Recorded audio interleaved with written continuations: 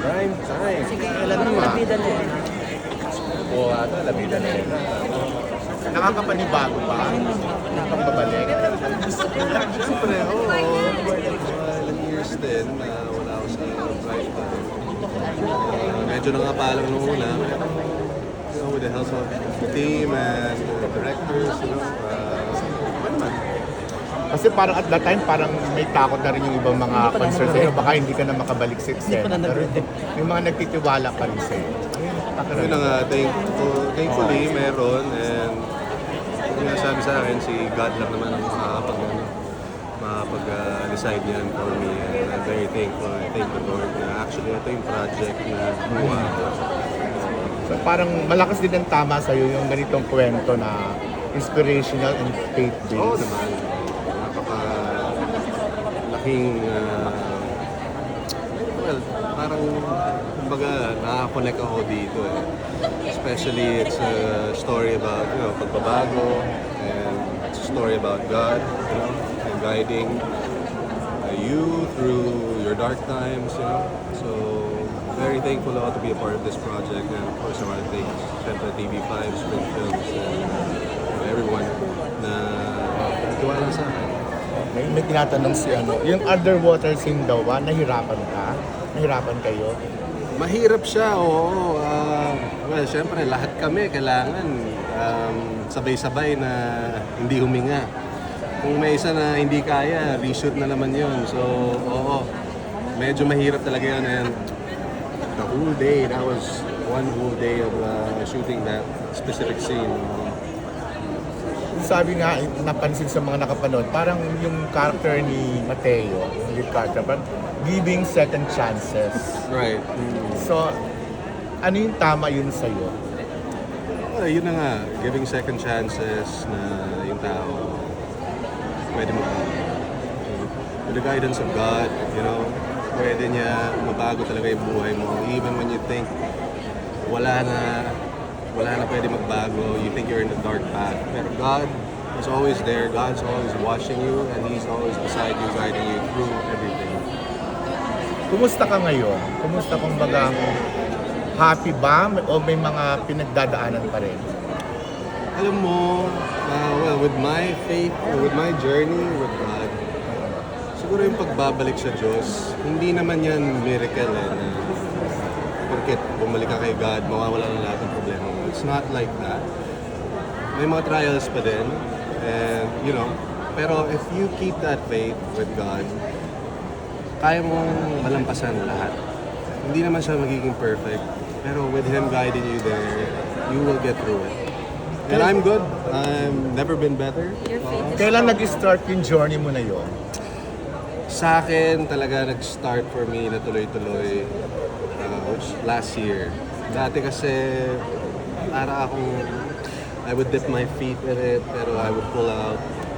So, last year talaga doon ako nag-go all in. Merong tao nag-encourage sa'yo. Actually, marami nag-guide sa akin. Si Papa P, isa na yun doon. He's a Christian, and my friends, my family, they guided me. Pero ultimately, it was my decision. Ikaw lang naman makakapag-decide for yourself.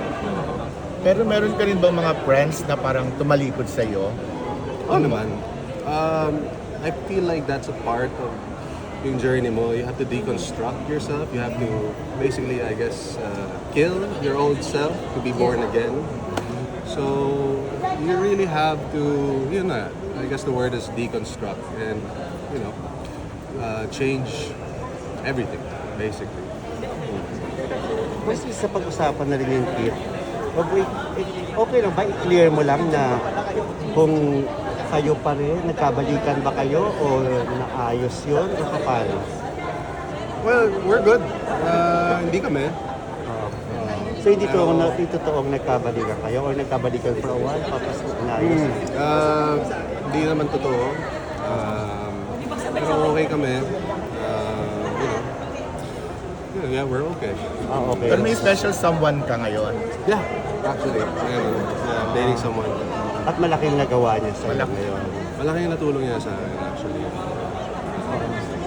She was there in my dark times. And I'm very thankful for that person. And yun, nag-guide niya ako, nag-guide ako rin ako. You know? It only will get better from here. Naka-showbiz daw ba o hindi? Ah, Natanong niya. Hindi, not showbiz. Okay. Kasi isa ka naman sa mga talagang promising, mahuhusay na actress Thank you. sa mga nagawa mo noon eh. Before. Saka mukhang ano ka na ngayon. Parang ang linis-linis mo. parang Nag-shake parang na hindi ako. parang hindi ka na Kaya pwedeng may ginawa ka pa rin sexy, ano ha? gagawa ka pa ba sa ano, BMX? Yeah. Yung sa vertical series. Oo, vertical, I did that. Oo. Paunti-unti, Oo. you know. Pero medyo limited na ba yung mga ganong klase? Actually, oo, nililimit ko na. Nililimit Sa totoo lang. Personal choice yun. Personal choice, so nililimit ko na siya. Hindi ka nagagawa sa BMX? Parang, Wala naman siyang BMX. Mayroon naman. dati ba Viva Nagbabaon Max ako. pa? Dati Viva Max pa. Oo, yung Pero patay hindi yung ako sa under sarap. Viva. May ano pa nga siya eh. Alin? Ang tawag doon. Peke, yun. Kay Direk Daryl. Oo. Sarap mong patayin. Oo. Kasi yung panahon ng Bel Dolor ba yun, yun na kinukwento niyo na ano, wala kang keber na maglakad-lakad, hindi lang pinalabas, di ba? Hindi May naman. eksenang ganun. Hindi naman. Sino nagsabi yan? Kasi ganit ano, Attorney Georgie, na talagang napakadali Or mo, baka wala kang promo ano lang sa yun. eksena. Parang siya pang nahiya na ano. Oo. Ano naman? Kasi for me, it's work eh. Para Yes. magawa maayos, di ba? Pero ngayon, medyo ayaw mo na masyado. Oo. Hindi mo nagagawin Namimili yun. ka na. Well, I try to Depende. limit it. Siyempre, as much as possible.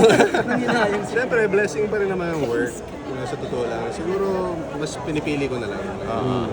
So, Okay, thank you. Meron ako, may tanong ako. Well, sorry. Picturing ko lang muna. Sige, picture mo. Tanong ko lang if you're ever affected by the energy crisis and how are you coping? I think lahat naman tayo affected dyan eh. How I'm coping is, yung mga gala na gala, di ba? You know? Tipid. Be diligent and wala ka naman magagawa eh. Kahit magreklamo ka eh. Yun talaga yung reality. Anong wish mo sana na mangyari as a result of the crisis? So, syempre, matigil na itong gera. You know, nobody wants war. War is not good for anything. You know, so yun talaga yung pinag-pray ko na matapos na yan para hindi na tayo mahirapan. Sa teleserye, and ano pa yung aabangan as the series progresses? I can't answer your second question.